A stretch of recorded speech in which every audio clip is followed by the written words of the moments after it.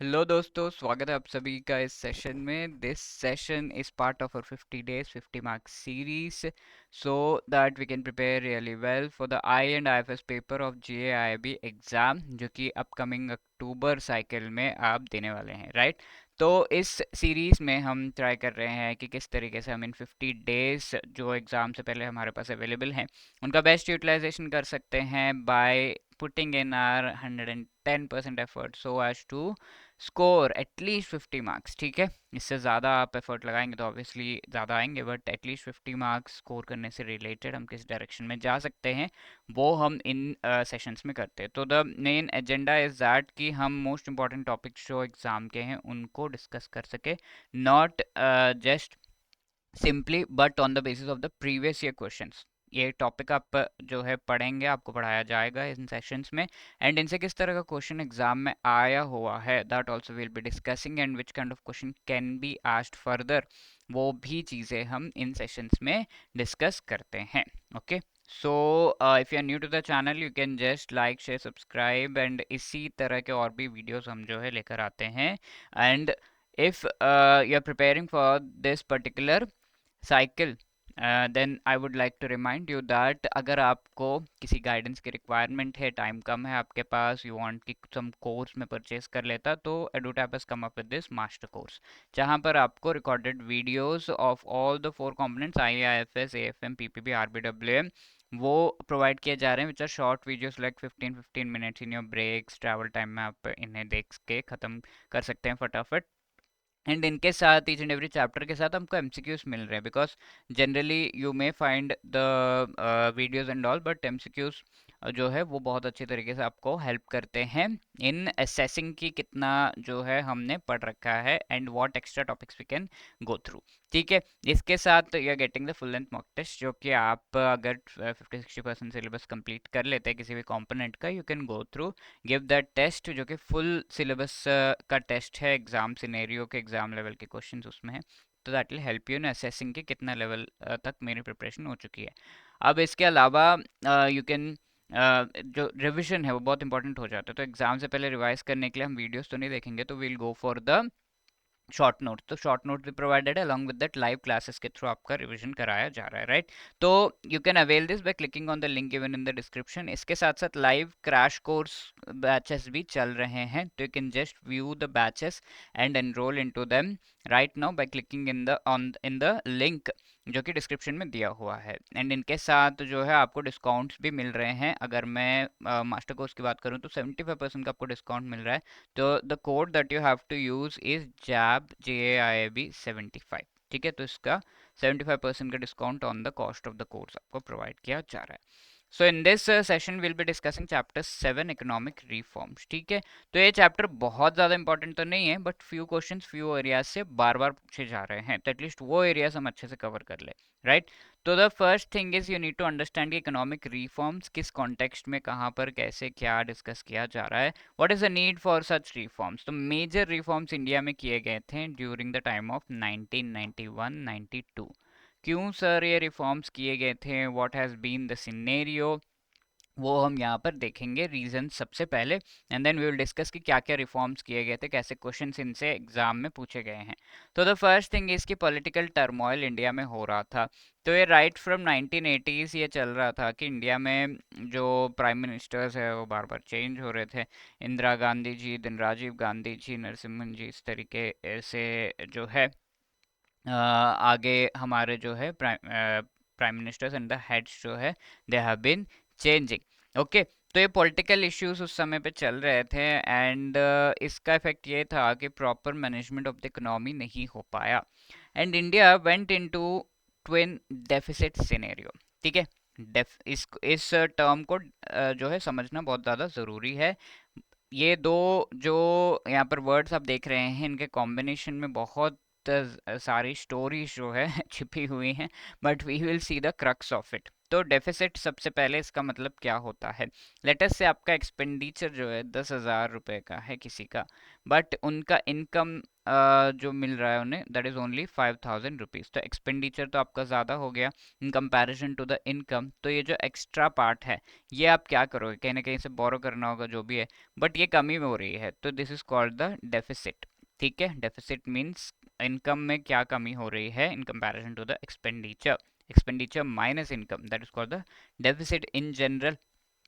तो ये डेफिसिट दो तरीके से इंडिया में हो रहा था, एक ट्विन। ठीक है, this deficit was of two kinds, एक तो इंटरनल डेफिसिट जिसे हम फिस्कल डेफिसिट कहते हैं, जो हमारे बजट का पार्ट है। ओके, तो आई मीन बजट से रिलेटेड है।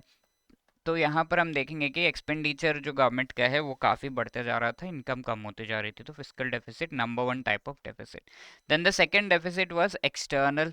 ठीक है, यानी कि ट्रेड टर्म्स में ये हो रहा था, जिसे हम capital account deficit, sorry current account deficit कहते हैं। There are two kinds of accounts as far as the international transactions are concern, capital and current account. ठीक है, तो अगर हम कैपिटल अकाउंट की बात करें तो कैपिटल जो है ट्रांजैक्शंस इसमें होते हैं लाइक विच क्रिएट एसेट या लाइबिलिटी। लाइक आप यूएस में अगर फैक्ट्री एस्टैब्लिश कर रहे हो तो you will take a whole lot of money there, establish the factory, get an asset in US, right.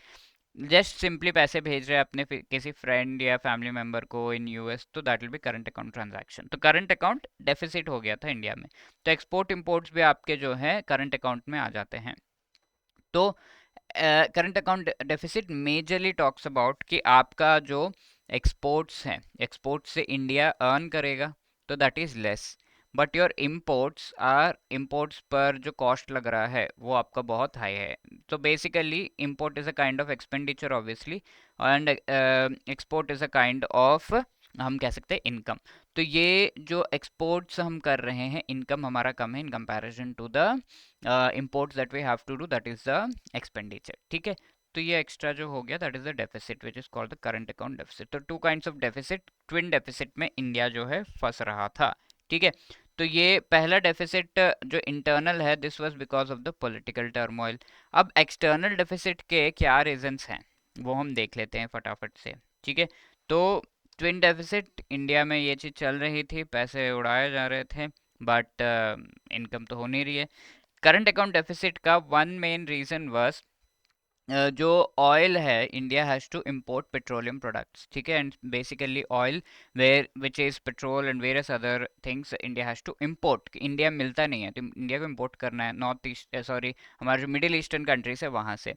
तो वहाँ पर 1991 में गल्फ वॉर चल रहा था between Israel and other gulf countries. ठीक है, तो ये गल्फ वॉर के वजह से जो प्राइसेस है of the oil they were increased drastically. ठीक है, तो इंपोर्ट का हमारा खर्चा, लेट्स से इनिशियली इतना, इंपोर्ट पर हमारा खर्चा इतना था, अब ये इंक्रीज होकर इतना हो गया। ठीक है, द इम्पोर्ट जो है वो, उस पर हमारा एक्सपेंडिचर हैज़ इंक्रीज्ड। अब द अदर रीज़न वाज कि we were doing trade only with Russia. Okay, उस टाइम पर हम यूएसएसआर के साथ ट्रेड कर रहे थे। यूएसएसआर पहले रशिया एंड अदर कंट्रीज़ का एक ग्रुप है, तो ये जो है इसके साथ मेजरली ट्रेड हम कर रहे थे, नॉट अदर कंट्रीज। तो हमारे और रशिया के रिलेशंस बहुत अच्छे हैं, ये चीज़ हम जानते हैं। तो 1991 में यूएसएसआर एक्चुअली ब्रोक डाउन। ठीक है, पीसेस में ब्रेक हो गया, मेजर पार्ट रशिया रह गया, बाकी Poland and various other countries जो है उसमें से निकल गए। तो यूएसएसआर के ब्रेकडाउन के टाइम पे एक्सपोर्ट्स जो इंडिया यूएसएसआर को कर रही थी उसमें कमी आ गई थी, तो एक्सपोर्ट्स मेजरली नहीं जा रहे थे। हमारे किसी और कंट्री के साथ एक्सपोर्ट्स थे भी नहीं, we didn't had any export relations with other countries, और the relationship was very small. ठीक है, तो एक्सपोर्ट्स में जब कमी आ गई तो हमारा इनकम, जो इनकम है from the export, let's say initially इतना है, तो हमारा डेफिसिट बस इतना सा था। but now what has happened, the income has reduced, so the deficit has increased। ये भी बढ़ गया और इनकम भी रिड्यूस हो गया, तो डेफिसिट हमारा ड्रास्टिकली इंक्रीज हो गया। Are you able to understand, the exports जो है वो कम हो गए, इम्पोर्ट्स का प्राइस हमारा बढ़ गया। तो इस चीज़ से हम ये समझ सकते हैं कि इंडिया में से डॉलर्स जो है वो बहुत ही जल्दी ख़त्म हो रहे थे, एंड हालत ऐसी थी कि India only had the dollars for 2 to 3 weeks of oil import. ठीक है, बहुत बुरी हालत हो गई थी। तो इस के वजह से ये देखा गया कि अभी तो हमें किसी तरीके से चेंजेस लाने होंगे। तो द इंडियन गवर्नमेंट, वहाँ उस समय काफ़ी दिक्कत हो गई थी। Physical deficit 8.4%। तो एक्चुअली फिजिकल डेफिसिट, जो फिजिकल डेफिसिट हमने बात की एक्सपेंडिचर एंड इनकम वाला, वो 3% से ज़्यादा नहीं होना चाहिए, आगे हम पढ़ेंगे ये चीज़। बट 8.4% था। इन्फ्लेशन रेट 11.3% था। तो इन्फ्लेशन का अभी का टारगेट है कि 4% के आसपास हो, बट ये 11.3% उस टाइम पे था। तो चीज़ें सही से मैनेज नहीं हो पा रही थी। तो we went to an international organisation 1991-92 में, which is the International Monetary Fund, IMF। इसके बारे में हम आगे के चैप्टर्स में पढ़ेंगे, IMF के बारे में डिटेल में। तो IMF के पास इंडियन गवर्नमेंट जो है गई है, and it has asked for this money. तो अपना बहुत सारा RBI का गोल्ड ये वो गिरवी रख के फॉरेन डॉलर्स लिए हमने, क्योंकि डॉलर्स थे ही नहीं इंडिया के पास, रीजंस हमने देख लिए। तो फॉरेन डॉलर्स लेकर आए, बट उन्होंने कहा कि भाई डॉलर्स तो हम दे देंगे, बट ये चीज़ फिर से नहीं होनी चाहिए, इतना सारा फिर से हम हेल्प नहीं कर सकते, तो आपको कुछ रिफॉर्म्स लेकर आने होंगे अपने कंट्री में। तो वो रिफॉर्म्स जो हम लेकर आए, they are called the economic reforms of 1991-92। And ये जो रिफॉर्म्स, इन्हें LPG रिफॉर्म्स भी कहा जाता है। LPG, ओके, पहले भी हम देख चुके हैं। What is this? Liberalisation, privatisation and globalisation. ठीक है। तो लिबरलाइजेशन का मतलब क्या होता है? हमारे इंडिया में जो चल रहा था, उसे हम लाइसेंस राज कहते हैं। ठीक है, as far as the industries and various other economic activities are concern, licence raj, सब कुछ गवर्नमेंट ऑफ इंडिया ही कंट्रोल करेगी, इकोनॉमी को मेनली। एंड हर चीज़ में लाइसेंस लेना है गवर्नमेंट से, आपको जो है परमिशन लेना है उस चीज़ के लिए। तो लिबरलाइजेशन की अगर हम बात करें, तो यहाँ पर हमने इन लाइसेंसेस एंड जो ड्यूटीज है, टैक्सेस है, इन चीज़ों को कम किया। And private and foreign sector को जो है एक्सपैंड करने का मौका दिया। प्राइवेटाइजेशन, जहां पर जो गवर्नमेंट हर चीज़ को कंट्रोल कर रही है, बहुत सारे इंस्टीट्यूशंस को भी गवर्नमेंट ही देख रही थी, तो इतना सब कुछ संभालना गवर्नमेंट के लिए भी थोड़ा मुश्किल। तो गवर्नमेंट सेट की कुछ चीज़ों को हम प्राइवेटाइज कर देते हैं, यानी कि हम बेच देते हैं, प्राइवेट सेक्टर उसे खरीद लेगा, privatisation. And globalisation finally is related to आप फॉरेन कंट्रीज के साथ कितना ज़्यादा रिलेशनशिप, इकोनॉमिक इंटीग्रेशन जो है क्रिएट कर रहे हैं, which we have already seen. Okay, तो रिफॉर्म्स आगे हम डिस्कस करेंगे कि किस तरीके से फाइनेंशियल सेक्टर में किए गए हैं। But before that let us answer this question, October 2023 में पूछा हुआ है। Pause the question, try to answer and send the score. ठीक है, फाइनली सारे क्वेश्चन आंसर करके कितना आपका स्कोर बन रहा है। ठीक है, अगर सही आंसर है तो +1 होगा, वरना तो 0। ठीक है, because there is no negative marking.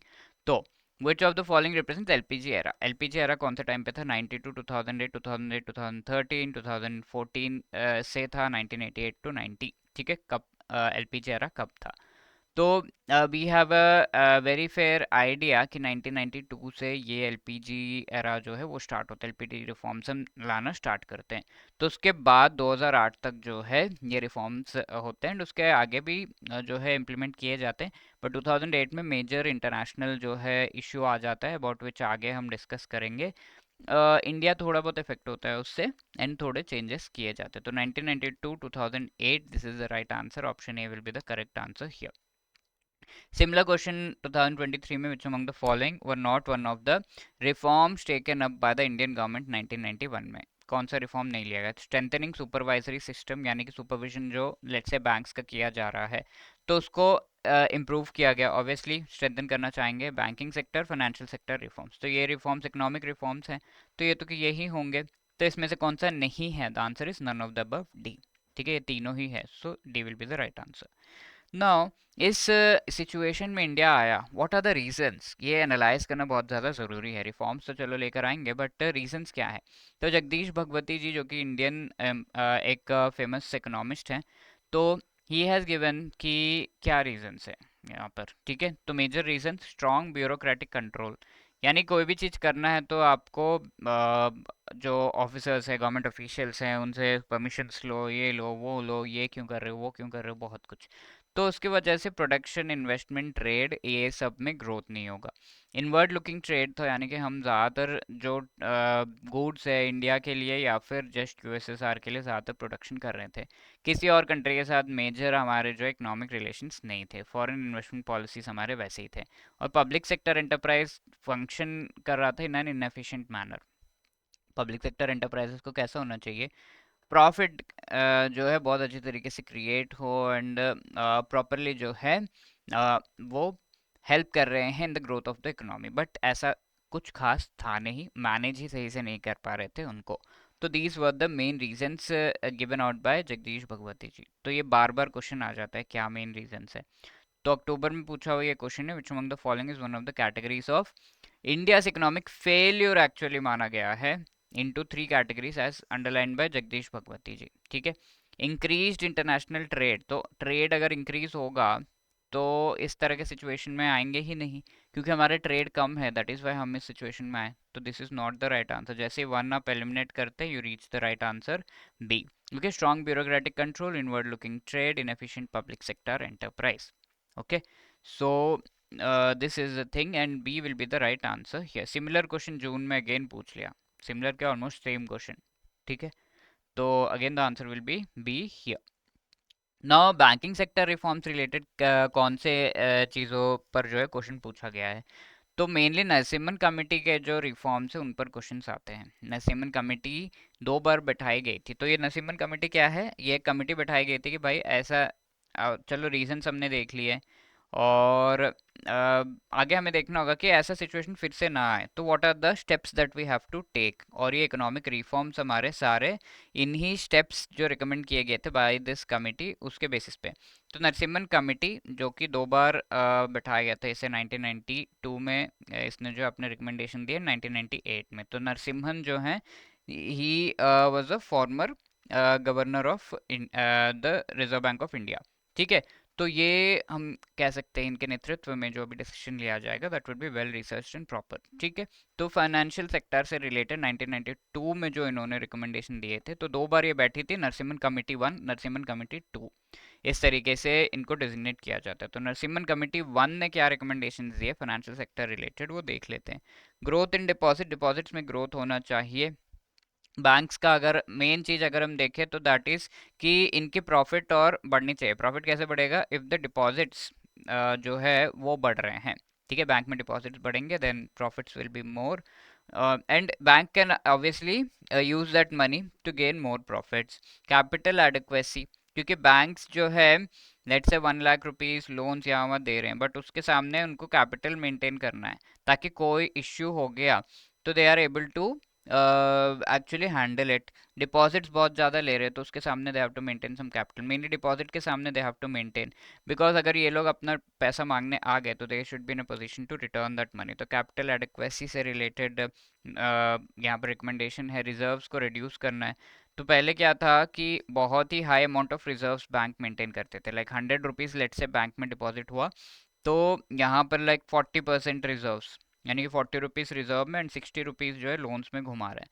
तो ये 40 रुपीज़ रिजर्व मतलब इसका आप यूज़ नहीं कर सकते एज अ बैंक, बिकॉज कोई अनफोर्सिन सिचुएशन है तो उस टाइम पे आपको यूज़ करने के लिए ये रिजर्व मनी जो है प्रोवाइड किया गया है। तो ये रिजर्व्स इतना ज़्यादा होंगे तो what will the bank earn. ठीक है, bank is going to earn really less, तो इसको रिड्यूस करने की ज़रूरत है, तो जो प्रोग्रेसिवली किया गया है। साथ के साथ लेंडिंग रेट्स जो बैंक के इंटरेस्ट रेट्स हैं तो वो डीरेगुलेट, यानी पहले आरबीआई जो है कम्प्लीटली इन्हें रेगुलेट करता था कि ये आपके जो इंटरेस्ट, अगर आप कार लोन दे रहे हैं, अगर आप गोल्ड लोन दे रहे हैं तो this should be the interest rate, ऐसे डायरेक्टली रेगुलेट करता था। अभी भी थोड़ा बहुत रेगुलेशन है बट इसे डीरेगुलेट करना है, इस तरीके से नरसिम्हन कमेटी ने कहा। क्रेडिट डिलीवरी सपोर्ट, यानी कि लोन्स वगैरह दिए जा रहे हैं तो उनका डिलीवरी रिलेटेड सपोर्ट होना चाहिए। आजकल तो डिजिटल हो गया, online also you can get the loan. Supervision system को, सुपरवाइजरी सिस्टम को स्ट्रॉन्ग बनाना है, विच आई ऑलरेडी टोल्ड यू। तो एक होता है सुपरविजन, एक होता है रेगुलेशन, तो you should have an idea of both of this. Banks की अगर हम बात करें तो सुपरविजन में यू विल फाइंड कि बैंक्स का जो एक्टिविटीज़ हैं एंड फाइनेंशियल से उनको असेस किया जाता है एंड इट इज़ सीन कि whether the bank is performing in the right direction और नॉट।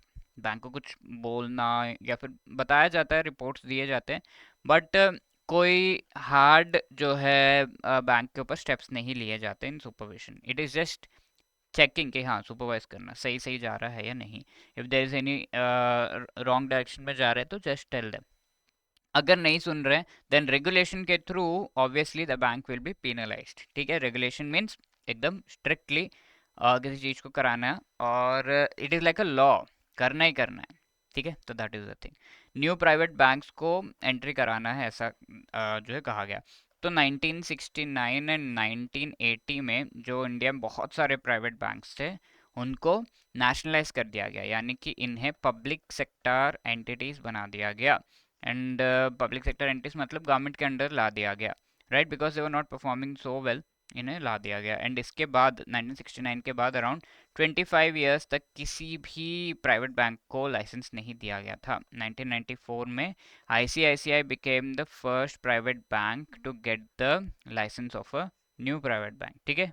यानी कि हम ये कह सकते हैं 25 इयर्स के बाद जो फर्स्ट टाइम ये लाइसेंस दिया गया था that was given to ICICI bank, ठीक है, 1994 में। तो इनको न्यू प्राइवेट बैंक्स कहा जाता है। इससे पहले जो एग्जिस्टिंग प्राइवेट बैंक्स थे अगर वो नेशनलाइज नहीं किए गए हैं they are called the old private bank, और 1994 के बाद जो भी बैंक्स है they are called the new private bank, like yes bank, ये कोटक, ये सब आपके न्यू प्राइवेट बैंक है इंक्लूडिंग ICICI।